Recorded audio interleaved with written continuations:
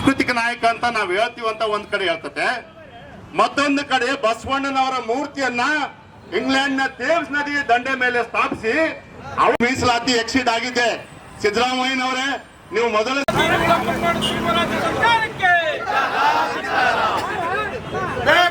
ಜಾರಿಯಾಗಲಿ ಜಾರಿಯಾಗಲಿ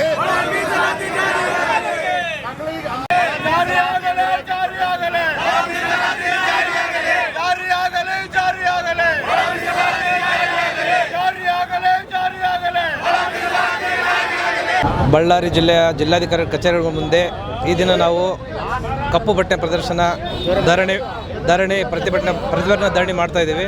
ಇದಾಗಲೇ ಸುಮಾರು 35 ವರ್ಷಗಳಿಂದ ನಾವು ಮೀಸಲಾತಿ ಬೇಕಂತೇಳಿ ಮಾದಿಗರು ಏನು ಹೋರಾಟ ಮಾಡ್ತಾಯಿದ್ದೀವಿ, ಮಂದಕೃಷ್ಣ ಮಾದಿಗಣ್ಣನ ಒಂದು ನೇತೃತ್ವದಲ್ಲಿ ಇಡೀ ದೇಶದಲ್ಲಿ ಹೋರಾಟ ನಡೀತಿದೆ. ಹಾಗಾಗಿ ನಮ್ಮ ಕರ್ನಾಟಕ ರಾಜ್ಯದಲ್ಲಿ 30 ವರ್ಷಗಳಿಂದ ನಾವು ಹೋರಾಟ ಮಾಡ್ತಾಯಿದ್ದೀವಿ. ಇಲ್ಲಿವರೆಗೂ ಸಹ ಬಂದಂಥ ಸರ್ಕಾರಗಳು ಇಲ್ಲಿವರೆಗೂ ನಾವು ಮೀಸಲಾತಿ ಮಾಡ್ತೀವಿ ಅಂತೇಳಿ ಇಲ್ಲಿವರೆಗೂ ಮಾಡಿಲ್ಲ. ಅವರು ಇವಾಗ ಹೇಳ್ತಾ ಇದ್ದಾರೆ ಅವನೂರು ವರದಿ ಅವೈಜ್ಞಾನಿಕ, ಆಮೇಲೆ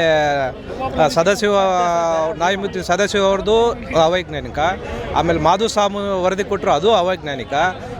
ಈಗ ಅವರೇ ಸ್ವಂತ ಕೋಟ್ಯಾನುಗಟ್ಟಲೆ ದುಡ್ಡು ಖರ್ಚು ಮಾಡಿಸಿ ನಾಗಮೋಹನ್ ದಾಸ್ ವರದಿ ತರಿಸ್ಕೊಂಡ್ರು, ಅದೂ ಅವೈಜ್ಞಾನಿಕ. ವೈಜ್ಞಾನಿಕ ಯಾವುದು? ಹೀಗಾಗಿ ನಮ್ಮ ಸುಮ್ಮನೆ ಮುಂದಕ್ಕೆ ತಳ್ಬೇಕಂತೇಳಿ ಇಲ್ಲಿ ತನ್ನ ಮಾದಿಗರಿಗೆ ಅನ್ಯಾಯ ಮಾಡ್ತಾನೆ ಬಂದಿದ್ದಾರೆ.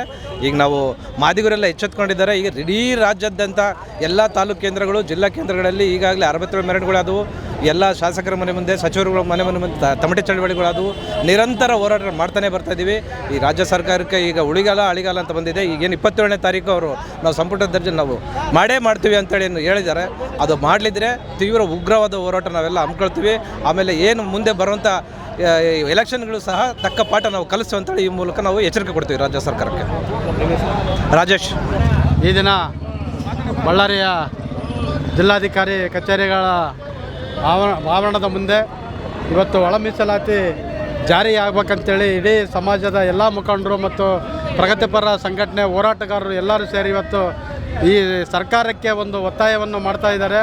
ನಾಳೆ ಏನು 27ಕ್ಕೆ ಕ್ಯಾಬಿನೆಟ್ ಸಭೆ ಕರೆದಿದ್ದಾರೆ, ಅದರಲ್ಲಿ ನೀವು ಸಂಪೂರ್ಣ ಒಳ ಮೀಸಲಾತಿ ಜಾರಿ ಮಾಡ್ಬೇಕಂತ ಹೇಳ್ತಾ ಈ ಕಾರ್ಯಕ್ರಮವನ್ನು ನಾವು ಆಯೋಜನೆ ಮಾಡಿದ್ದೇವೆ. ಒಂದು ಕೇಳ್ತೇವೆ ಸರ್ಕಾರಕ್ಕೆ, ನೀವು ಸರ್ಕಾರದ ಏನು ಚುನಾವಣೆ ಪ್ರಣಾಳಿಕೆಯಲ್ಲಿ ಒಳ ಮೀಸಲಾತಿ ನಾವು ಜಾರಿ ಮಾಡ್ತೀವಿ ಅಂತೇಳಿ ಬದ್ಧತೆಯಿಂದ ನೀವು ಹೇಳಿದ್ರಿ. ಸರ್ಕಾರ ಬಂದ ಕೂಡಲೇ ಪ್ರಥಮ ಕ್ಯಾಬಿನೆಟ್ ನಾವು ಆಯೋಜನೆ ಮಾಡಿ ನಾವು ಇದನ್ನು ತಗೊತೀವಿ ಅಂತ ಹೇಳಿರ್ತಕ್ಕಂಥ ನೀವೆಲ್ಲರೂ ಸರ್ಕಾರದ ಏನಿವತ್ತು ಭಾಗಿಯಾಗಿರ್ತಕ್ಕಂಥ ಎಲ್ಲ ಪ್ರತಿನಿಧಿಗಳು ಇವತ್ತು ಯಾಕೆ ನೀವು ಇದು ವಿಳಂಬ ಧೋರಣೆ ತೋರ್ತಾ ಇದ್ದೀರಿ? ಕೂಡಲೇ ಈ ವಿಳಂಬ ಧೋರಣೆಯನ್ನು ತೋರದ ಬಿಟ್ಟು ನೀವು ಚುನಾವಣೆಯಲ್ಲಿ ಮಾತು ಕೊಟ್ಟಿರ್ತಕ್ಕಂಥದ್ದನ್ನು ಮಾತು ಉಳಿಸ್ಕೊಂಡು ನಾಳೆ ನೀವು ಕ್ಯಾಬಿನೆಟ್ನಲ್ಲಿ ಒಳ ಮೀಸಲಾತಿಯನ್ನು ಜಾರಿ ಮಾಡ್ತಕ್ಕಂಥ ಕೆಲಸ ನೀವು ಮಾಡಬೇಕಂತೇಳಿ ನಾವು ಆಗ್ರಹವನ್ನು ಮಾಡ್ತಿದ್ದೇವೆ. ಅದೇ ರೀತಿಯಾಗಿ ಇವತ್ತು ನೀವು ಸಂವಿಧಾನ ಮತ್ತು ಅಂಬೇಡ್ಕರನ್ನು ನೀವು ಕೊಂಡಾಡ್ತಾ ಇದ್ದೀರಿ ಹೊರಗಡೆ, ಆದರೆ ಇವತ್ತು ಸಂವಿಧಾನ ಮತ್ತು ಅಂಬೇಡ್ಕರ್ ಇಬ್ಬರು ಎರಡಕ್ಕೂ ಅವಮಾನ ಮಾಡ್ತಕ್ಕಂಥ ಕೆಲಸ ನೀವು ಈ ರಾಜ್ಯ ಸರ್ಕಾರದವರು ಮಾಡ್ತಾಯಿದ್ದೀರಿ.